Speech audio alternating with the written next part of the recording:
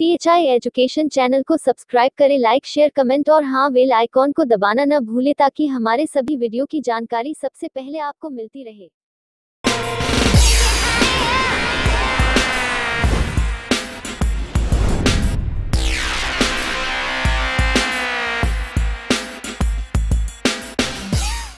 Good morning students, आपके अपने YouTube channel THI education point में स्वागत है। आपको मैं पिछले वीडियो में present indefinite tense, past indefinite tense और फ्यूचर इंडेफिनिट टेंस के पॉजिटिव का अनुवाद कैसे किया जाता है इसके बारे में विस्तार से बताया हूं।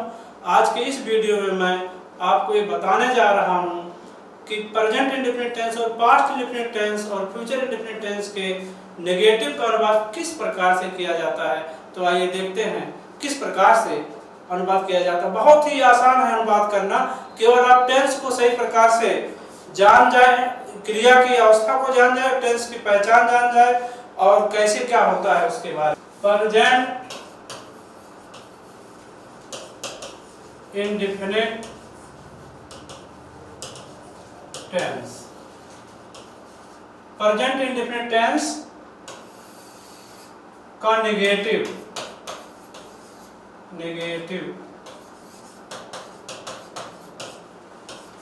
प्रेजेंट इंडेफिनिट टेंस के नेगेटिव का सहायक क्रिया डू नॉट और डज नॉट। ये हेल्पिंग वर्ब, इसको हम शॉर्ट में कहेंगे हेल्पिंग वर्ब। हेल्पिंग वर्ब में डू नॉट और डज नॉट। पिछले वीडियो में आपको बता चुका हूं, ही see it, he see it और एक वचन संज्ञा को एक वचन कर्ता कहते हैं और आई वी यू दे और बहुवचन कर्ता को, बहुवचन संज्ञा को बहुवचन कर्ता कहते हैं। तो इस प्रकार से हम प्रेजेंट इंडेफिनिट टेंस के नेगेटिव में एक वचन कर्ता के साथ एक वचन कर्ता नियम, अनुवाद का नियम जो होगा क्या होगा, नियम नंबर 1 होगा एक वचन कर्ता प्लस एक वचन की क्रिया की सहायक क्रिया प्लस मुख्य क्रिया की पहली अवस्था प्लस कॉम्प्लीमेंट। तो एक वचन कर्ता के रूप में क्या हो सकते हैं, ही सी इट दिस दैट तथा सिंगुलर नाउन एक वचन संज्ञा, एक वचन की संज्ञा। अब ये हो सकते हैं, आप अपने दिमाग में रखे रहिए। सबसे पहले अगर एक वचन की कर्ता होगा तो एक वचन की सहायक क्रिया और बहुवचन का कर्ता होगा तो बहुवचन की सहायक क्रिया। तो प्रेजेंट इंडेफिनिट टेंस के नेगेटिव में एक वचन कर्ता के साथ जो है एक वचन की सहायक क्रिया और बहुवचन कर्ता के साथ बहुवचन की सहायक क्रिया का प्रयोग होगा। तो क्या होगा, एक वचन कर्ता के साथ एक वचन की सहायक क्रिया। तो एक वचन की सहायक क्रिया इसमें क्या होता है, डज नॉट। तो इसको हम शॉर्ट में लिख सकते हैं, यहां एक वचन की सहायक क्रिया, एक वचन की सहायक क्रिया में डज नॉट क्या होगा, डज नॉट, ये डज नॉट होगा एक वचन की सहायक क्रिया। जैसे वह विद्यालय नहीं जाता है, वह विद्यालय नहीं जाता है, he does not go to school, he does not go to school। वह खाना नहीं पकाती है, वह खाना नहीं पकाती है, she does not cook food। Ram नहीं पढ़ता है, राम नहीं पढ़ता है, राम does not read। तो इस तरह देखें, he she एक वचन की संज्ञा, एक वचन के जो है प्रोनाउन है, he एक पुरुष के लिए, she एक स्त्री के लिए, और राम एक वचन की संज्ञा है।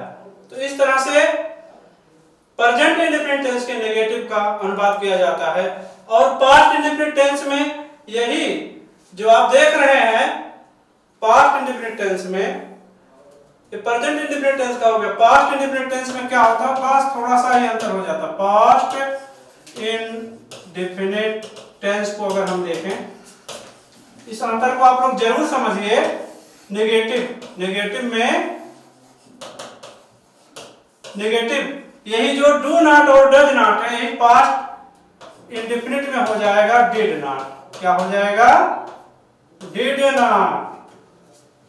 डू और डज का पास्ट फॉर्म डिड नॉट हो जाएगा। तो नेगेटिव में क्या होगा, नेगेटिव के अनुवाद का नियम डिड, याद रखिएगा डिड के साथ हमेशा मुख्य क्रिया के फर्स्ट फॉर्म का प्रयोग होता है। तो पास्ट इंडेफिनिट टेंस के नेगेटिव में सभी कर्ता के साथ, ऑल सब्जेक्ट मीन्स होगा सभी कर्ता plus MV first plus did not. यहां देख लीजिएगा, ये थोड़ा सा जल्दी हो गया।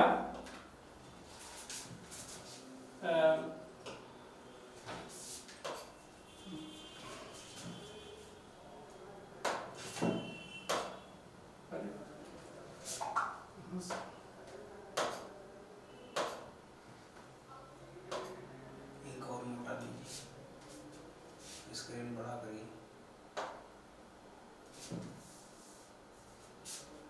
ये होगा did not plus MV first plus complement. Complement में इसको था जो सभी पूरा करें, उसे पूरक कहते हैं। जैसे यहां पर आप देख रहे हैं प्रेजेंट इंडेफिनिट टेंस में क्या देख रहे हैं, वह विद्यालय नहीं जाता है। तो यही यहां हो जाएगा, एग्जाम्पल के रूप में आप देखें, वह विद्यालय नहीं गया, वह विद्यालय नहीं गया। अब क्या होगा, कर्ता हमेशा याद रखिएगा, सबसे पहले कर्ता लगाएंगे। तो कर्ता है वह, कौन विद्यालय नहीं गया, वह कर्ता हो गया ही। अब पास्ट इंडेफिनिट टेंस है, नेगेटिव है, तो सहायक क्रिया लगाया जाएगा did not go to school. He did not go to school। वह खाना नहीं पकाई, वह खाना नहीं पकाई। She did not cook food। She did not cook food। Ram नहीं पढ़ा, राम नहीं पढ़ा, राम did not read। तो इस तरह आप देख रहे हैं, इसमें प्रेजेंट इंडेफिनिट टेंस और पास्ट इंडेफिनिट टेंस के नेगेटिव में मुख्य क्रिया में कोई परिवर्तन नहीं होता है, केवल सहायक क्रिया में परिवर्तन होता है। अब हम फिर चलते हैं फ्यूचर इंडेफिनिट टेंस के नेगेटिव में। Future indefinite tense, future indefinite tense का नेगेटिव फ्यूचर इंडेफिनिट टेंस का नेगेटिव फ्यूचर इंडेफिनिट टेंस के नेगेटिव का सहायक क्रिया है शैल नॉट और विल नॉट। शैल नॉट और विल नॉट। आपको मैं पिछले वीडियो में बता चुका हूं कि फर्स्ट पर्सन मीन्स आई और वी के साथ शैल का प्रयोग होता है, बाकी जितना भी है सभी के साथ विल का प्रयोग होता है। तो यहाँ निगेटिव में भी वही बात होगा। फर्स्ट पर्सन इसको हम सूत्र में लिख सकते हैं, रूल फर्स्ट पर्सन में कौन है? प्रथम। फर्स्ट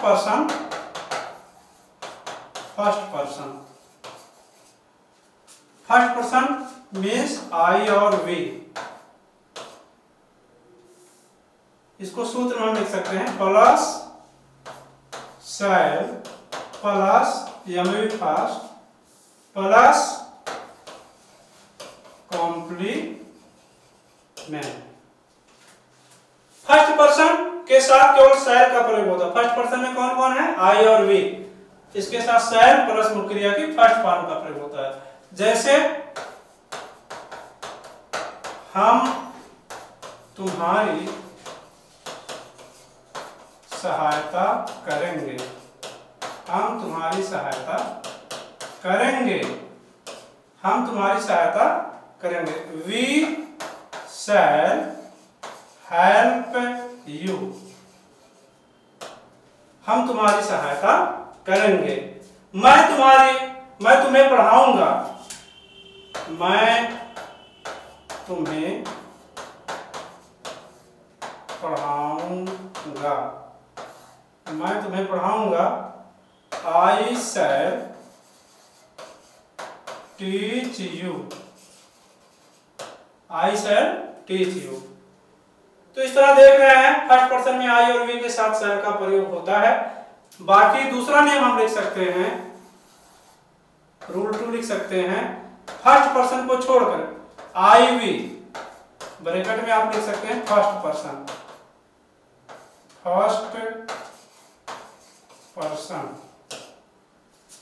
को छोड़कर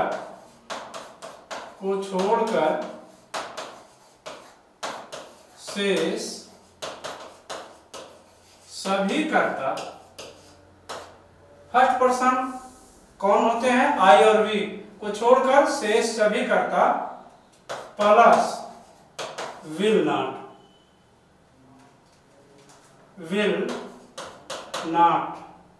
plus MV first plus complement.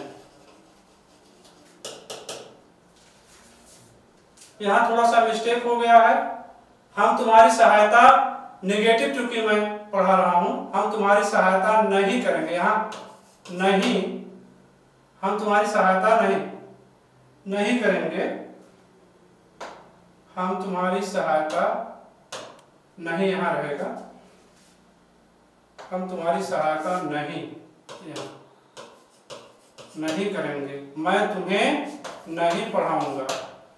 यहां पर वी शैल नॉट हो जाएगा और यहाँ आई शैल नॉट, यहाँ ये हो जाएगा। तो फर्स्ट पर्सन को छोड़कर शेष सभी कर्ता जितने हैं उसके साथ विल नॉट और प्लस मुख्य क्रिया की फर्स्ट फॉर्म का प्रयोग होता है प्लस कॉम्प्लीमेंट। जैसे आप एग्जांपल में देख सकते हैं, बारिश होगी, इट विल रेन। बारिश नहीं होगी, इसमें थोड़ा सा गलती हो गया, बारिश नहीं होगी, इट विल नॉट रेन। दूसरा एग्जांपल, कुत्ते रात में नहीं भौंकेंगे।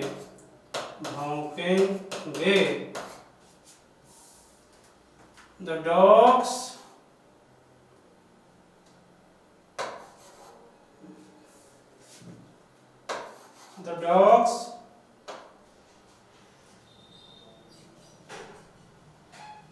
dogs will not bark at night. The dogs will not bark at night. तो इस तरह आप देखे होंगे इस वीडियो में कि first present indefinite tense, past indefinite tense और फ्यूचर इंडेफिनिट टेंस के नेगेटिव में मुख्य क्रिया में कोई परिवर्तन नहीं होता है। मुख्य क्रिया की फर्स्ट फॉर्म का प्रयोग तीनों में होता है, केवल सहायक क्रिया में प्रयोग जो है परिवर्तन होता है। पास्ट इंडेफिनिट टेंस के नेगेटिव में जब कभी नहीं शब्द आता है तब मुख्य क्रिया का सेकंड फॉर्म का प्रयोग किया जाता है। पास्ट इंडेफिनिट टेंस के नेगेटिव में, पास्ट इंडेफिनिट टेंस के नेगेटिव में आप देखें, पास्ट इंडेफिनिट टेंस का नेगेटिव,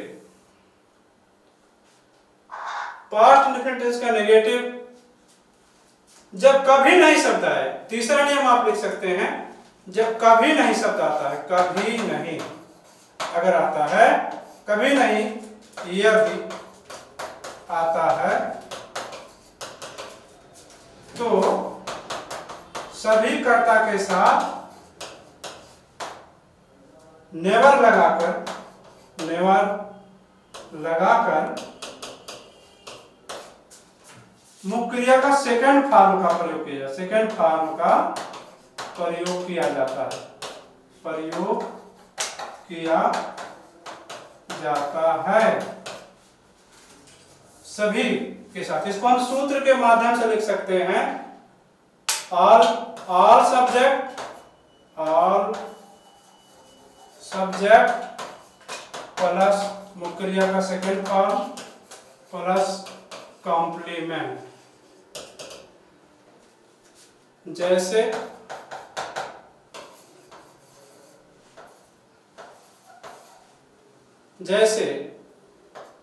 वह कभी झूठ नहीं बोला, वह कभी झूठ नहीं बोला, he never told a lie। याद रखिएगा, इसके प्रयोग में भी जब झूठ बोलने की बात होती है तो टेल का प्रयोग किया जाता है, और जब सत्य बोलने का बात किया जाता है तो से का प्रयोग किया जाता है। फिर मैं आपको बताया कि प्रेजेंट इंडेफिनिट टेंस में क्या होता है, सहायक क्रिया डू नॉट और डज नॉट। एक वचनकर्ता के साथ जो है एक वचन की क्रिया और बहुवचनकर्ता के साथ बहुवचन की क्रिया का प्रयोग किया जाता है। तो एक वचन की सहायक क्रिया नेगेटिव में डज नॉट है और बहुवचन की सहायक क्रिया डू नॉट है। तो हमेशा इस बात को याद रखिएगा, एक वचनकर्ता के साथ एक वचन की सहायक क्रिया और बहुवचनकर्ता के साथ बहुवचन की सहायक क्रिया का प्रयोग किया जाता है। मैं यहाँ ब्रैकेट में लिख दिया हूँ सर्वनाम में कौन कौन से एक वचन के हैं और कौन कौन से बहुवचन के हैं, इस चीज को भी मैं ब्रैकेट में लिख दिया हूं। बहुवचन में कौन कौन से हैं इसको आप लोग देख लीजिए। रूल 2 इसमें छूट गया था। रूल 2 में क्या होता है, आई वी यू दे तथा बहुवचन की संज्ञा, बहुवचन की संज्ञा plus do not plus plus complement का प्रयोग किया जाता है। ये प्रेजेंट इंडेफिनिट टेंस के बहुवचन की संज्ञा के साथ।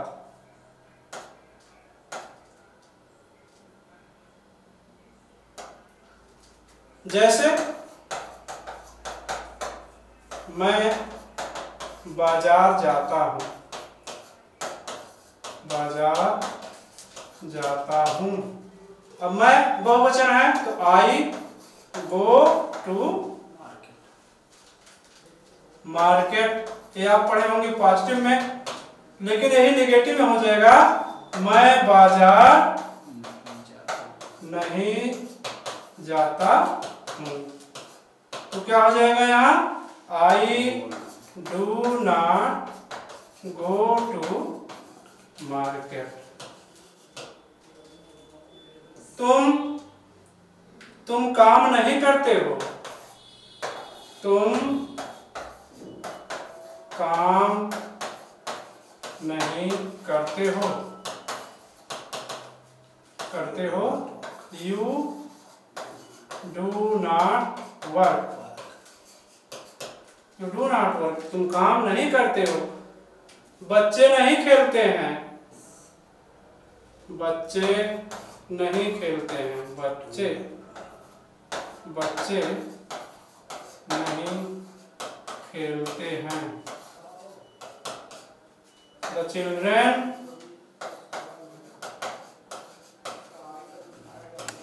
do not play, the children do not play। तो इस तरह से प्रेजेंट इंडेफिनिट टेंस में एक वचनकर्ता के साथ एक वचन की सहायक क्रिया और बहुवचनकर्ता के साथ बहुवचन। यहाँ एक वचन की सहायक क्रिया में डज नॉट और बहुवचन की सहायक क्रियाओं में डू नॉट। कौन कौन से सर्वनाम में बहुवचन है मैं आपको यहाँ सूत्र के माध्यम से दिखा दिया हूं।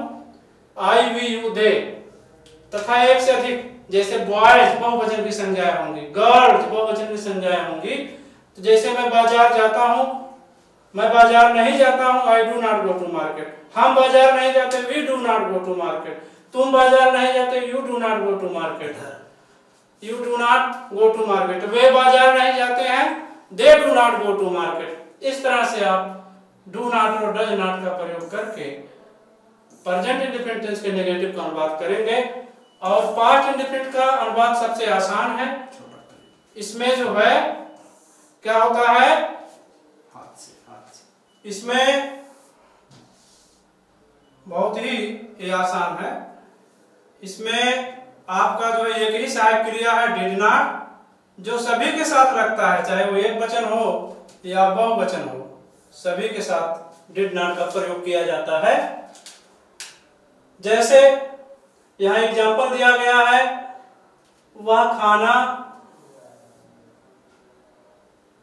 वह विद्यालय नहीं गया, he did not go to school। वह खाना नहीं पकाई, वह खाना नहीं पकाई, she did not cook food। Ram नहीं पढ़ा, राम did not read। और जब कभी नहीं आता है तो नेवर लगा करके सभी कर्ता के साथ, चाहे वो एक वचन हो या बहुवचन, सभी कर्ता के साथ नेवर लगा करके अनुवाद कर दीजिए।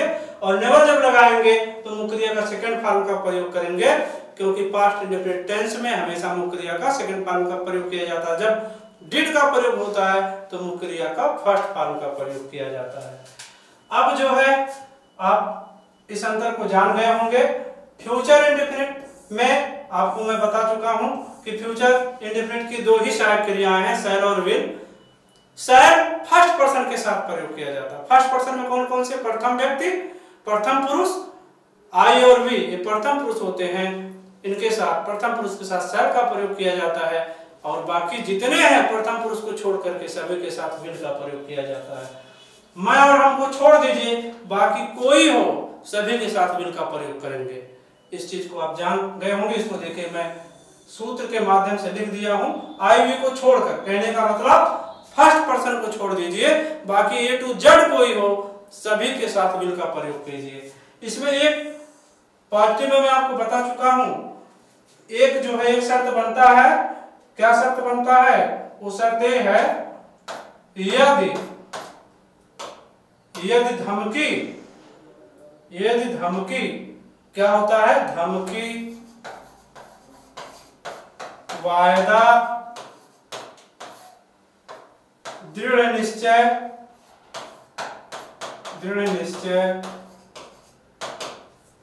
विवशता,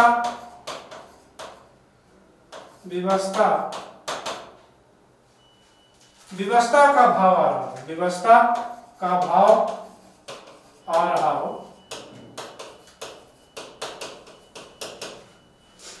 तो उपरोक्त नियम का उल्टा हो जाता। तो उपरोक्त नियम का उल्टा होने का मतलब फर्स्ट पर्सन के साथ विल का प्रयोग होगा और सभी कर्ता के साथ, फर्स्ट पर्सन को छोड़ करके सभी के साथ विल का, शैल का प्रयोग होगा।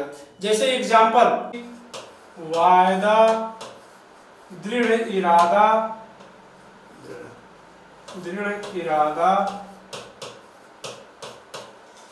विवशता, विवशता का भाव आ रहा हो, भाव आ रहा हो तो उपरोक्त नियम का, उपरोक्त नियम का उल्टा हो जाता है, उल्टा हो जाता है। उपरोक्त नियम का उल्टा हो जाता है मीन्स आई वी के साथ विल का प्रयोग होगा, बाकी जितने हैं सबके साथ शैल का प्रयोग होगा। जैसे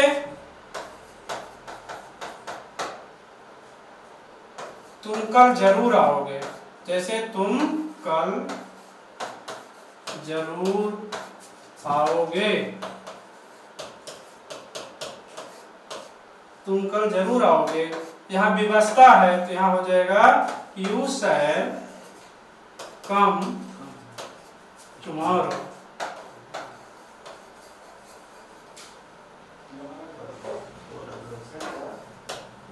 यू शैल कम टुमारो। और जैसे हम, दूसरा एग्जाम्पल, हमें अपना कार्य करना पड़ता, अपना कार्य करना पड़ेगा, हमें अपना कार्य करना पड़ेगा तो हो जाएगा वी विल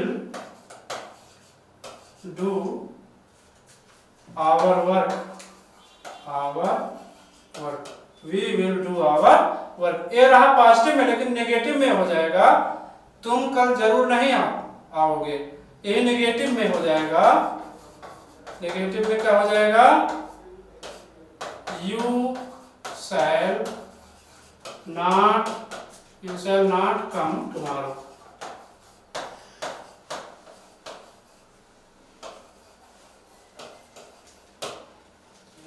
हमें अपना कार्य नहीं करना पड़ेगा, नेगेटिव में हो जाएगा we will not do our work. ये आपको बता दिया गया है। वैसे इस तरह का भाव नेगेटिव में नहीं आएगा, ज्यादातर इस तरह का भाव पॉजिटिव में ही आता है, लेकिन यदि नेगेटिव में भी आता है तो यही नियम नेगेटिव में भी लागू होगा। तो आज के वीडियो में इतना ही। बाकी इसका इंट्रोगेटिव और इंट्रोगेटिव नेगेटिव कैसे बनता है इसको मैं बताऊंगा अपने अगले वीडियो में। थैंक यू, धन्यवाद।